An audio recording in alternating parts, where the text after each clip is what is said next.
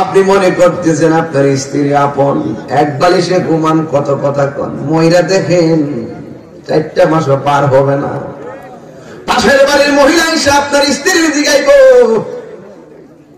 সবাই তো মরতই আর থাকবি কয়দিন, তোরও তো একটা ভবিষ্যৎ আছে।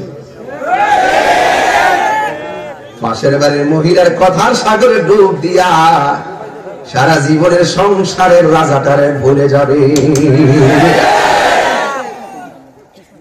এটা শুধু স্ত্রীর ক্ষেত্রে না, আমাদের ক্ষেত্র।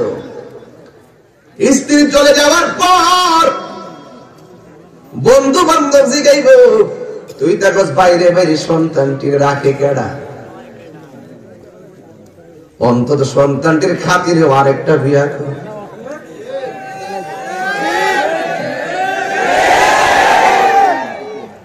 কথা কন না কেন? আর কথা বলেন না কেন? তাইলে পরিষ্কার হয়ে গেল আমি চলে গেলে আমার জন্য বাজার করা বন্ধ থাকবে না। কথা কন। আমি চলে গেলে আমার বাড়ির বিয়ের অনুষ্ঠান বন্ধ থাকবে না। আমি চলে গেলে আমার ছেলের বিয়ের অনুষ্ঠান বন্ধ থাকবে না। সম্পদের ভাগ নেওয়ার মানুষ অভাব হবে না, কিন্তু মরণের কষ্টের ভাগ পৃথিবীর কেউ নিবে না। এমনকি গুরুস্থানে যায় জিয়ারত করারও সময় পাবে না। কথা বলেন ঠিক না?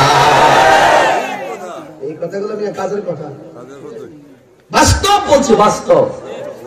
কয় বছর হিসাবে বাপের সময় দিয়েছেন? 5 বছর। কয়বার গেছেন? 10-12 না। অথচ 3 বেলা গামলা বইরা খাউন তো ঠিক আছে। কি বলে আছে কি না?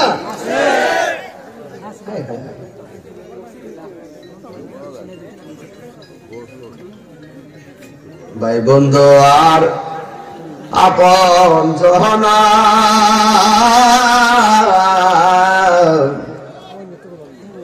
সঙ্গে তোমার কেউ যাবে না।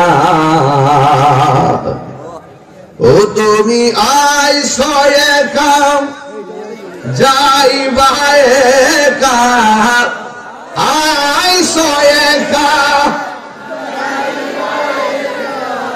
সঙ্গে তোমার কেউ যাবে না। দেখ না মন ঝাঁক মারিয়ে দুনিয়াদারি, ঠিক কি আরে বাবা?